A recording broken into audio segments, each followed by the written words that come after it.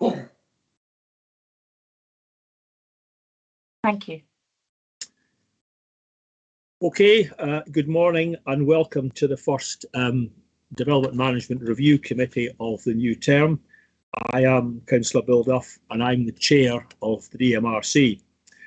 I'd like to thank Councillor Gavin Nicholl for his work as chair in the previous administration, and I'm very pleased to see him back on the committee and very happy that he's accepted the position of vice chair. The other members of the DMRC are Councillor Durno, Councillor Gall and Councillor Brays. Councillor Brays is unavailable today and we have Councillor Beattie substituting. There are two changes to the DMRC procedure that we're introducing in this term to improve the functioning of the committee and to improve our service, our customer service essentially. The first change is that the planning advisor will give a brief synopsis of the case with some slides to assist elected members' understanding, and this may make site visits less essential. Please remember that the planning advisor, in this particular case it's Paul Christensen and Nicola Hay, has not been involved in the determining of the case, so you should see them as independent planning advisors. That's why we're using that term, not planning officer. Okay, experts, but they are neutral in terms of this case. They've not been involved with it before. The second change we're going to bring in is that officers will bring a set of conditions to this meeting so that if we decide we can deal with those conditions at the meeting. And that obviously saves time and is good for the appellant if they're successful. That is not going to happen today. We're not quite ready for that, but that is going to come in over the next few meetings. So that should make the process a little bit smoother and effectively provide a better service to the public. So these are the two changes that we've made. So really just getting on to the meeting proper. Are there any apologies or substitutions today? Yes, convener, we have an apology from Councillor Brays with Councillor Beattie substituting. Okay, and any declarations of interest today? Okay, no declarations of interest, noted. Point 3 is the minutes of the previous meeting, which was held, I think, in April. I'm certainly happy with that minute. Sure. I guess Councillor Nicholl, you're nodding your head. Yeah. So we're the only two that were at that meeting. So if we're happy with it, then it's approved. Okay, we shall move on to item 4, which is the first application, the Cats Hotel already in Vergowrie.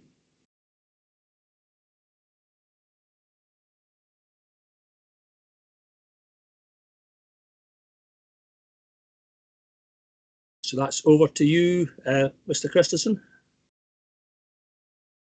Thank you, convener. If you just bear with me, I'll just get the slides up.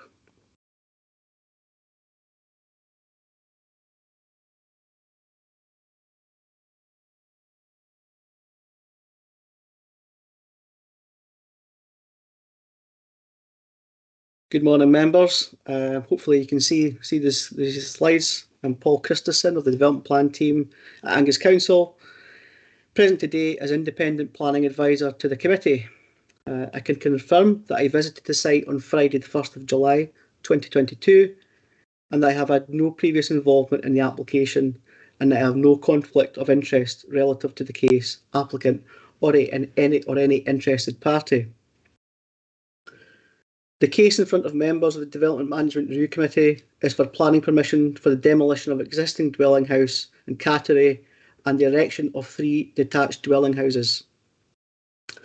The application site measures 3,066 square metres and incorporates a dwelling house, Cattery and associated buildings. The buildings on the site are single-storey and vacant. The site boundaries are a mix of trees and hedging, fencing and walls.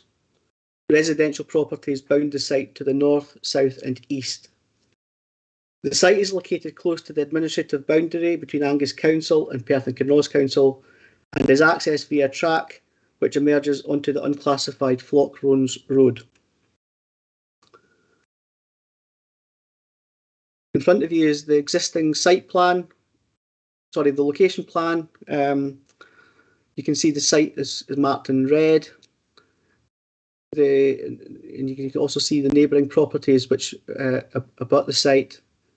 The access road, the private access road, and just beyond that is the Flockrones Road. You can see, which is just coming off the screen to the left here. This is the existing site plan that's been submitted.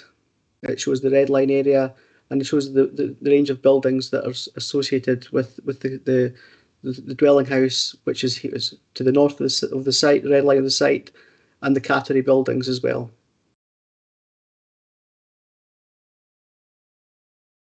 The proposed site layout is shown here. Again, it shows 3 plots, the demolition of the existing dwelling, and the access road which has been put in for the 3 houses. The neighbouring properties obviously are shown as well, which abut the site. This is the elevations and plans for the plots 1 and 3. Plots 1 and 3 are the most easterly and westerly of the plots. Ridge lines would run north to south, and the materials proposed are a combination for the walls, a combination of red brick, white render with grey slate roofs. Again, this is plot 2. Apologies. Plot 2, which is similar in style to plots 1 and 3, with the same materials.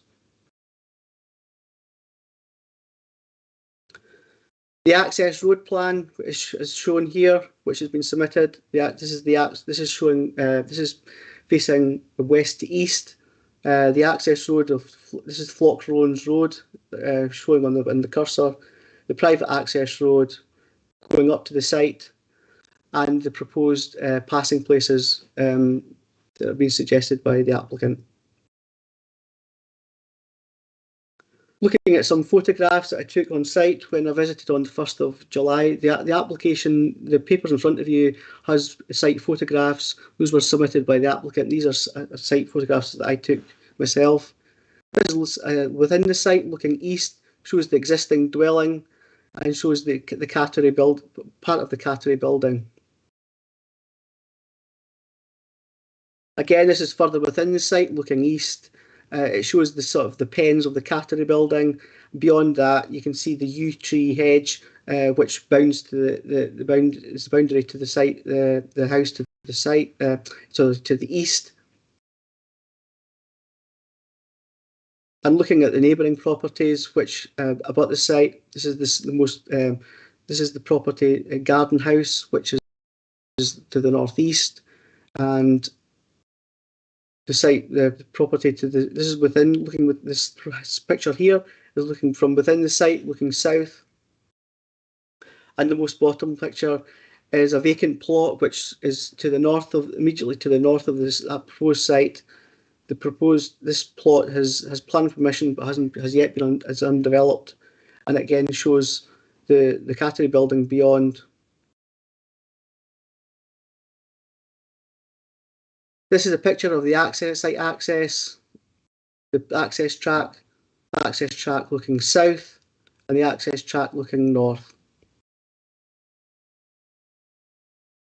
That concludes the presentation, convener. Yeah, thanks very much. Do any members have any questions for our planning advisor?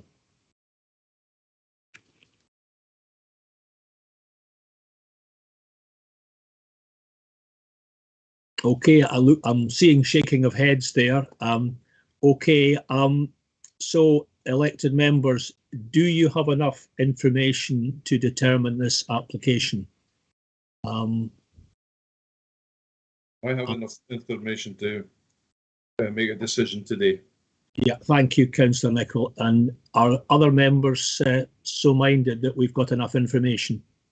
I do. Yes. Okay, so Yep. everyone feels there's enough information. Okay, I think I'm getting that message loud and clear. Okay, so having agreed that we've seen a presentation, we have no questions, and we think we have enough information to proceed. We'll just go on and determine the case. Can I ask Councillor Nicholl maybe to start the ball rolling? Can you give us your views, please? Thank you very much, Convener. Very extensive, thorough report. The officers have put in a lot of work into this, and on this occasion, I have to agree with the officers, and I would be dismissing the appeal.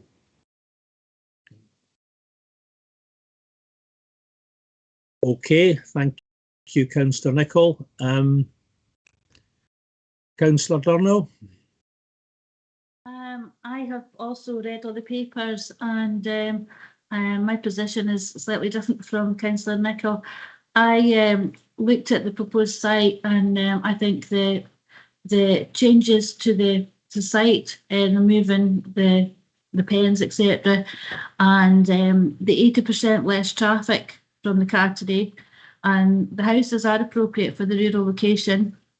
They will encourage wildlife to come back because the cat situation will be removed. The access road is in a good enough condition. The verge is, to be cleared, is maintained as an ongoing concern. There will all be signage for passing places, and the plot sizes are in accordance with the ALDP requirement. I feel that we need to encourage more people to live in rural areas.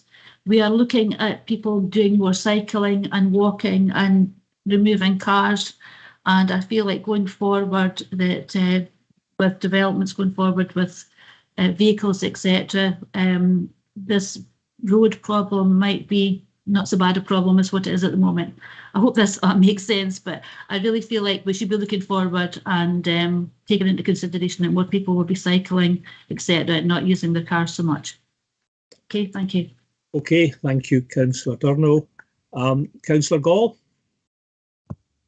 Thank you. It was a lengthy report, and there was so much detail in it. I think the proposal is good, and obviously we know, I think there was up to 21,000 journeys, annual journeys, when it was a category with 137 capacity for cats. So I appreciate that the strain on the roads will obviously be dramatically smaller. My concern was the fact that there's already been 3 houses granted permission to the north of the site, and if you look to then add 6 houses potentially to a fairly rural small area, then it does change it, and that for me was a fairly fundamental thing. I know the site being over 3,000 square metres, it's well within space-wise, but you almost feel it would be better if it was almost 2 houses or whatever. I just think with the planning permission to the north being granted for already 3, I would be inclined to agree and refuse the appeal. I think there is a risk that there is an overdevelopment there, and I think that it could change the whole setting of the area. And when you look at the houses nearby, there is fairly plot sizes. It's almost like we are just trying to cram in, or sorry, the application looks like it's just trying to cram in as many houses as it can, just to get within the 800 square metres minimum, in my opinion. Okay, thank you. Councillor Beattie. Thank you, Chair. Yes, I actually agree with Councillor Gall. The report was thorough and well detailed. One of the points that Councillor Gall made, that this plot looks like it would be more suited to 2 properties rather than 3. I think is valid in terms of keeping in the scale and nature appropriate to the location. Okay, thank you. I guess, like the other members, I read this report carefully, and it's one of those ones that I think there are arguments either way. I think Councillor Durno has made the view that she thinks it would be appropriate to uphold the appeal. I think we've got 3 members who disagree, and I am going to accept that I think we should refuse the appeal for the reasons that both Councillors Gall and Beattie and Councillor Nicholl have given, agreeing with the decision that the planning officers took initially. Are we all agreed with that decision? Agreed. Okay, thank you. So that, just to make the point, application 21508/full, the appeal is rejected. We're now moving on to item 5, which is land at the Clash, Dykehead. And that's you, Ms. Hay. It is, thank you, convener. I'll just share my screen.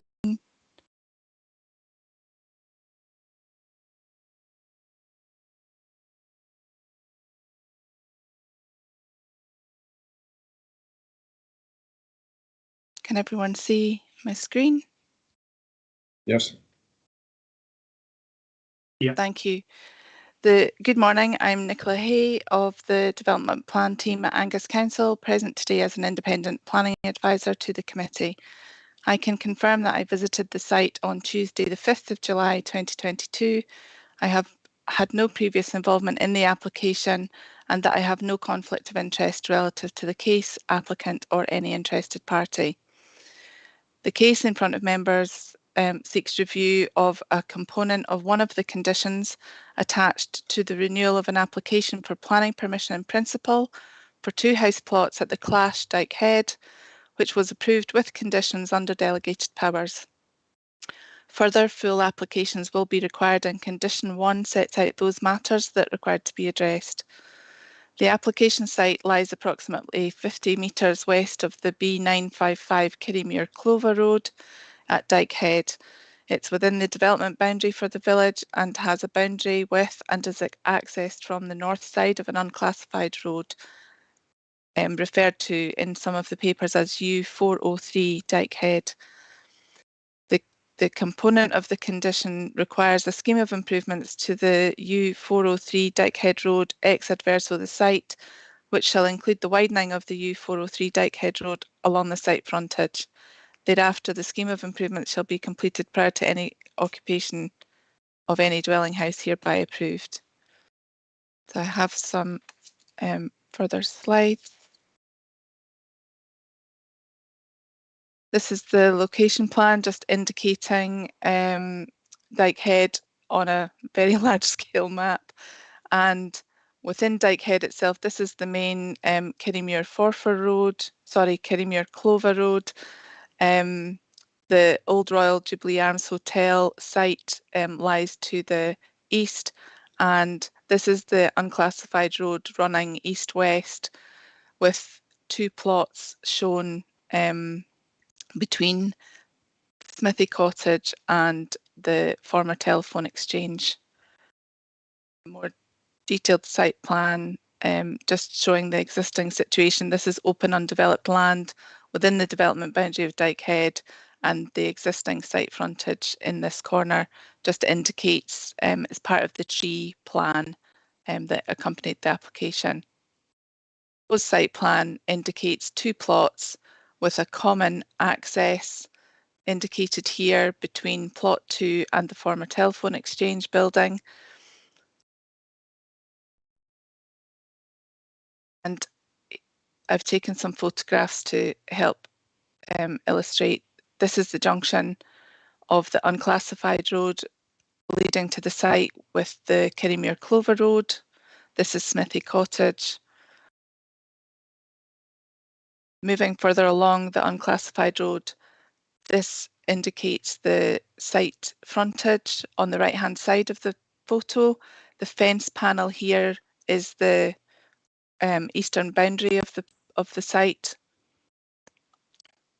And then from the unclassified road looking east, this is the position of the proposed site access where the gate is, and the rest of the site frontage running back down towards the main road. And then a final couple of photographs from the gate at the site access looking west up the Clash, and then not much of a view looking east down towards the main road. Thank you. Yeah, thank you. Are there any questions for Ms. Hay from members?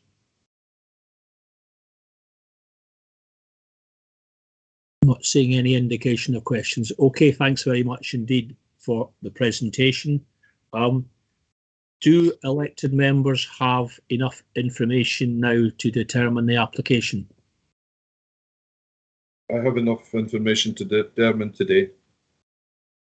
Yes, I do. Okay, everyone is in agreement. So I guess before we move on, I think I have a question of maybe just a wee bit of clarification, perhaps from Mr. Barnes. There's a reference in the papers to visibility splay. Can we maybe just get a description of what actually that's referring to? Because I was slightly confused. Morning, Chair. Thanks. Yes, so that visibility displays are taken from the centre line of the access. So if you move from the edge of the carriageway 2.4 metres back into the access, you're required to be able to see for 43 metres down towards the B955 Kirriemuir to Clover Road. So you imagine a triangle formed by 2.4 by 43 metres. Right, so just to clarify that in my own mind, so if we're parked in the communal parking area between the two houses, that's where we're measuring the visibility display from, is it? Yes, so if you're leaving the access to the left, would be where the visibility display would be required. Right, okay. I think you could see from the last photograph in the planning advisor's presentation of the trees that were obstructing the sight line as it is at the moment. Yeah, right, okay, yeah, I got that. Yeah, I think that's clarified it, because I wasn't 100% sure what visibility display we're talking about. I think you've clarified that, certainly to my satisfaction. Thanks. Convener, I'm happy to put the photograph up again if that's of any benefit. That might be helpful. Thanks, Nicola.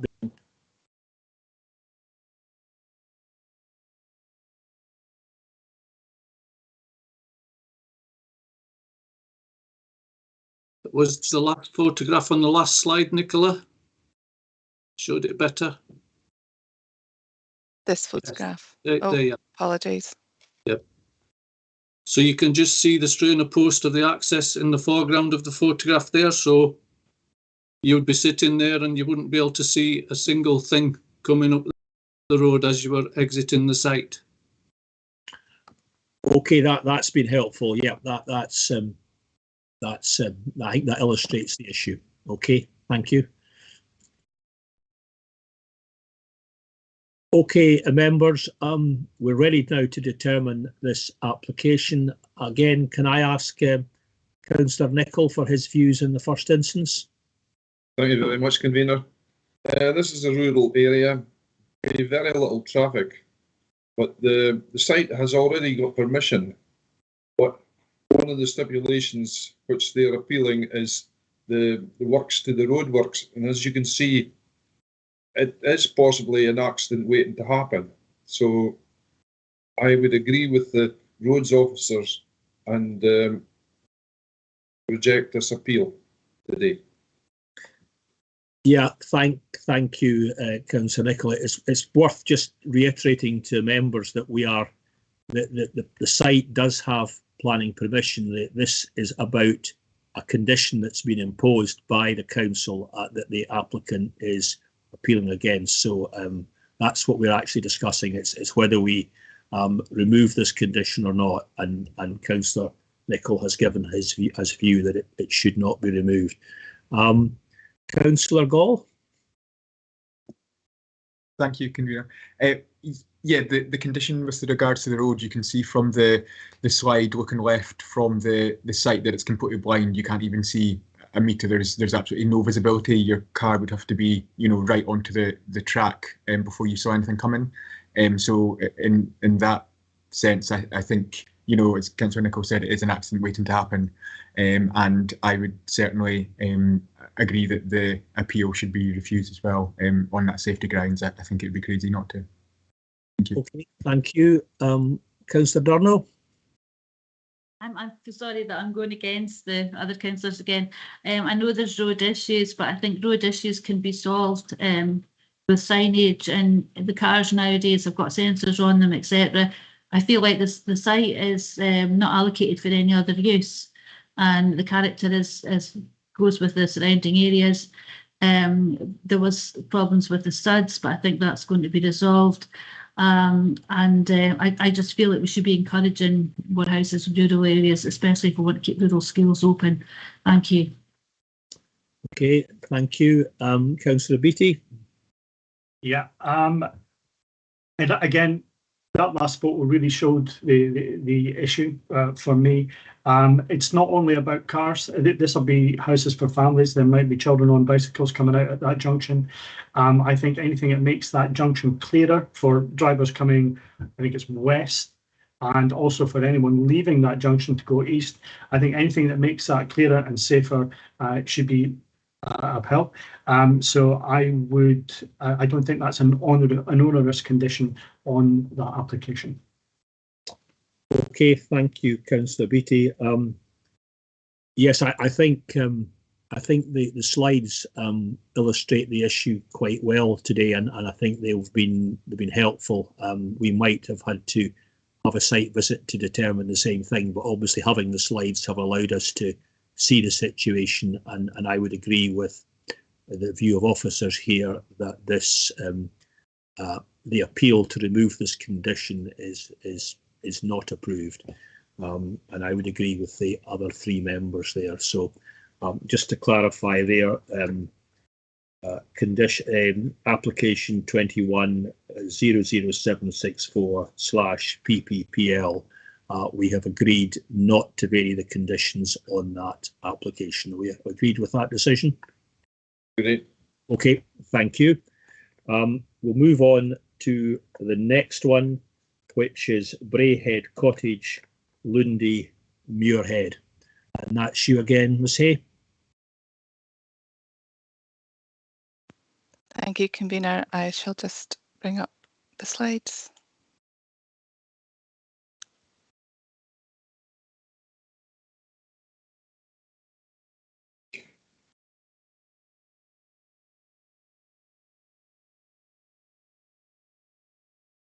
Can everyone see this? Is it the full presentation slide, or are you seeing my screen? It's just the slide, Nicola. Just one slide. Okay, thank you.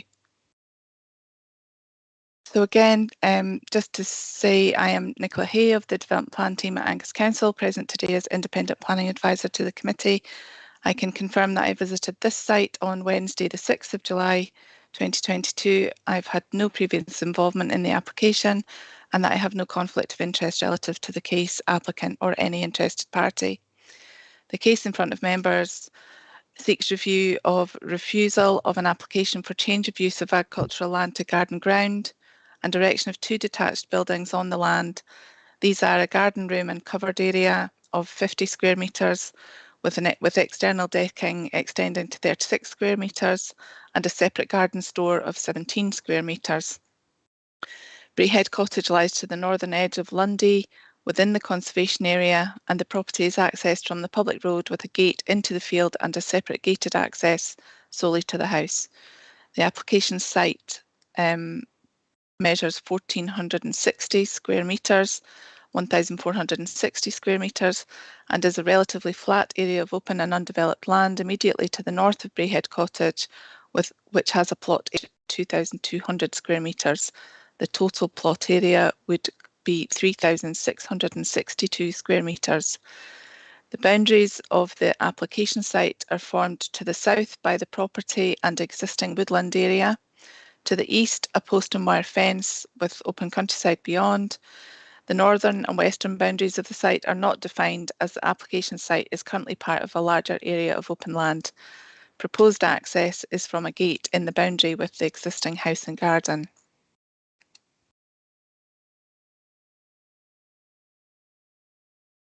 This is the location plan for the site. The blue line indicates the land ownership of the applicant, and the red line area indicates the proposed the application site, with the red structures being the garden room with covered area and the small garden store. This is the site plan submitted, indicating tree planting and wildflower areas that have been introduced into the field, and the application site within that wider area. These are the drawings of the garden room with patio doors and an open but covered area, and the separate garden store building.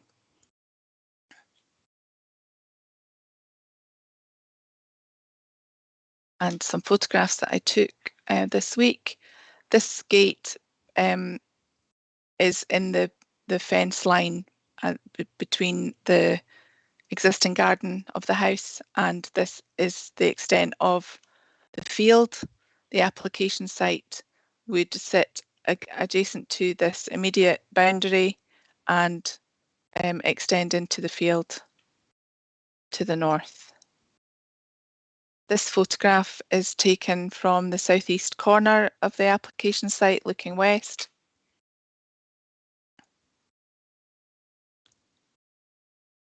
The property in the distance is Sawmill Cottage, which sits further to the north of Lundy.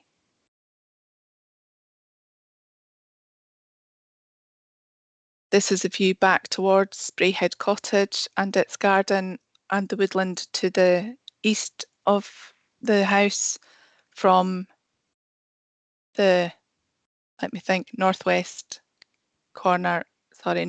corner of the field. Again, the application site sits within this view. And a further photo from the other corner, so from the southwest corner of the application site looking northeast. And this is just a closer image, probably from within the application site, but as I say, the boundaries are not currently defined. Looking to the house and its current boundary between the field and the existing curtilage of the house.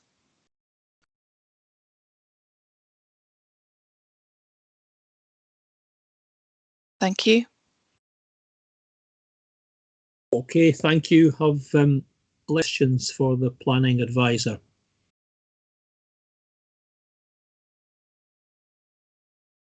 Councillor Beattie. Yeah, this is where, I mentioned that the preamble before the meeting began about a question. I'm not sure if this is an appropriate question, but the development plan states that this property is out with but contiguous with the development boundary, and then there is no public interest, no social, economic, environmental, or operational considerations that confirm there is a need for the proposed development, and then it says that cannot be met within the development boundary. My question is, if that's the case, then where about boundary can this be met? And I don't know if that's appropriate for this point.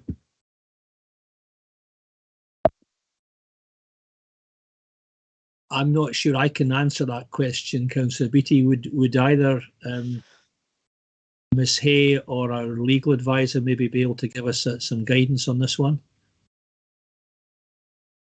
I'm happy to try to do that, Councillor Duff. Okay, yep, thank you. Go ahead, thank you. So, Councillor Beattie, the policy intention is to deal with any circumstances where there's development proposed out with the development boundaries. So, in certain circumstances, it might be that there is a specific need for a proposed development that would be unable to be met within a development boundary, and so the public interest, social, economic, environmental, or operational considerations might outweigh the principle of the policy that says development out with, but immediately adjacent to a development boundary, it isn't in conformity with the policy. It comes down to the specifics of what's proposed and the interpretation of there being a specific need for that development. I hope that's helpful. Yeah, no, thank you. Okay, thank you. Any other questions? Okay, thank you. Do members have enough information now to determine this application? I have enough information to determine it. I'm seeing nodding heads, I think, from everyone else. Right, okay. Councillor Nicholl initially to give us his view. Thank you very much, Convener. As Councillor Beattie stated, it is adjacent to the property that's wanting the ground. I feel it's poor agricultural ground, and this would actually be an improvement to the environment. This, under the government's Greening Act, I would think it would be an asset. The buildings that they're asking to put on the field are basically field shelter for work tools, etc. Also a sitting area to enjoy the area. And I feel there's no problem at all with them making this area into extended garden ground, which would be an asset to wildlife, etc. and a great luxury for the people of its visit. So I would be in favour of the appeal. Okay, thank you, Councillor Nicholl. Councillor Durno? Actually in agreement with Councillor Nicholl on this one.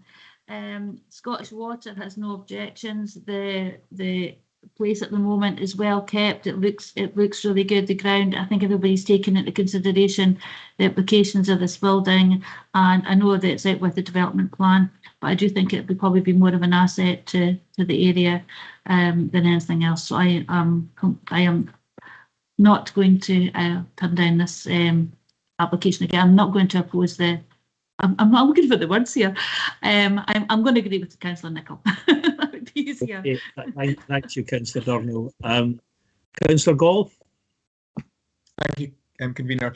The owners have lived there for 20 years. It's obviously a well-kept site. I noted a letter of support from a neighbour saying that the area was overgrown and full of weeds. I'm a farmer, and that ground's not been in farming cultivation for some time. It clearly looks like it's basically garden ground. I couldn't even class it as permanent pasture.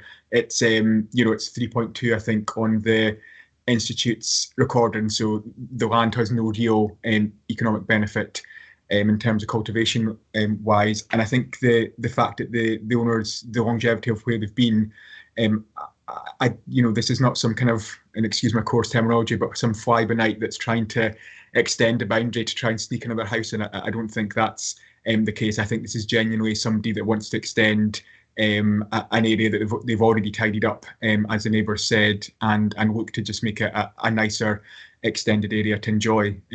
So I would be agreeing with Councillor Nicholl and Councillor Durno on this one. I think that it makes sense for what the applicant's looking for. Thank you. Okay, thanks very much indeed. Councillor Beattie? Well, I would like to agree with my other councillors there. I don't think that this the request for this application should be turned down. I think that what they're doing is reasonable. I think there's in amongst the report there's actually something that says that they will never build on this land. I mean, that's excellent. There's not space in their current boundary that lies within the development plan to actually do any of this work. So, and it just creates a more attractive, space for wildlife, as Councillor Nicholl and Councillor Gall said. I think this is quite good. So I'm not going to turn it down. Okay, thank you, Councillor Beattie. Well, I'd have to say that I agree with my colleagues here. It was refused under DS1, and there were two points in that.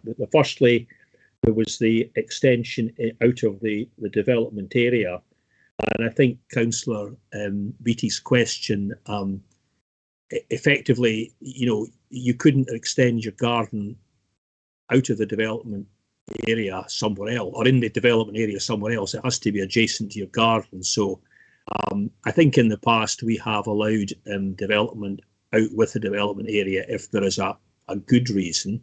The second point I think has been made is it isn't really agricultural land, which is the second point that was raised.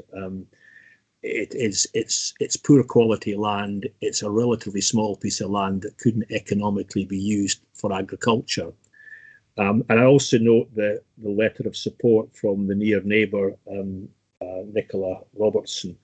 I think the other thing we need to point out is the development plan is now more than 5 years old. And there is maybe a suggestion that the development boundary for Lundy has been drawn quite tightly around the village. So I think that's a factor. I also note that the applicants offer to enter into a legal agreement to leave the rest of the field undeveloped. And I wonder whether we could impose that as a condition. I know we're not going to talk about conditions formally today, but I would perhaps want a view from officers about that suggestion.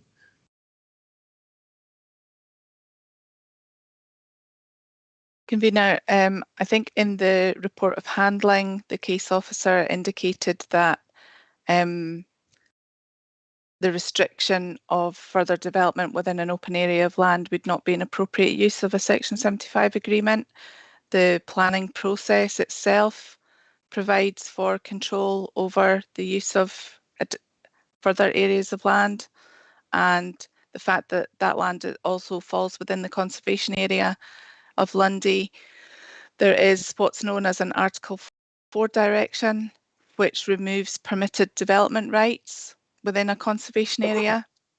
So no further development could take place, even although it was, if members are minded to use of the land as garden ground, there are no permitted development rights. Any further development or buildings would require planning permission.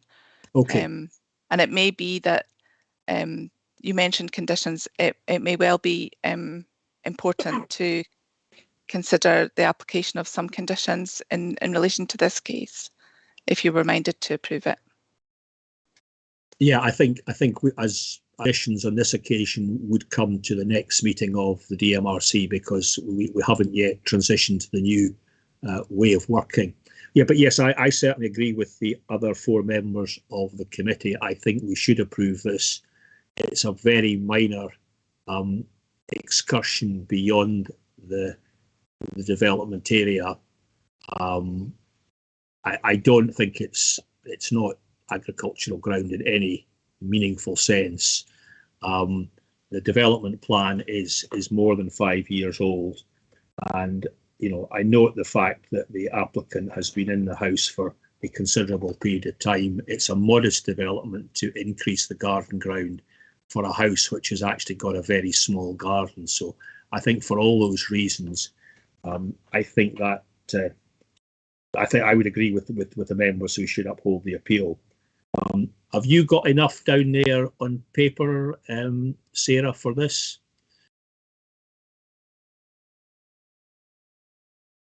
If I could maybe just defer to one of the advisors in terms of what they've heard for the reasons for upholding the appeal, and see whether they would wish any further clarification from members. Okay, thank you.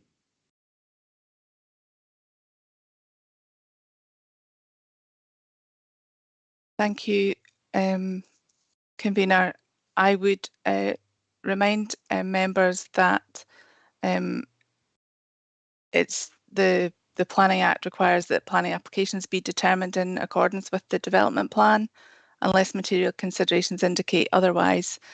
I think it would be useful if members could give an indication as to why they feel the development plan should be set aside in this instance, and the reason, the material considerations relevant to this situation that they feel overturn the provisions of the development plan.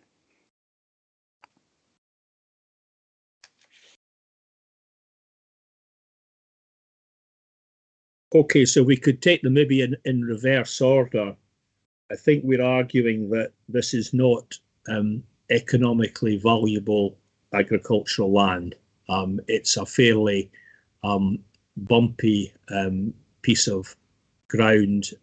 I think access looks pretty difficult to get modern machinery into, and it's of little economic value, and it hasn't been used in agriculture for quite some considerable time. So I think the second point in the refusal under DS1, I think we're really just challenging that it isn't really practically agricultural ground. The first one, which is the excursion from the development area, I think we're saying that was defined more than 5 years ago, which I think does have a bearing on this application. And it's a very minor excursion out of it. And I think there are good grounds for that, given it's a householder's desire to have a little bit more garden ground for their house. And as we've said, that any other application would be treated on its merits when it came in. So we're not opening the door to any future development in that area, because that would come back to planning to consider it. So I don't think we're not opening the door to any unreasonable development. And I also note, I mean, it may not be a factor we'd record, but I think the factor that the nearest neighbour is supporting the development, I think is useful to have. I don't know if that's enough, Ms. Hay, for us.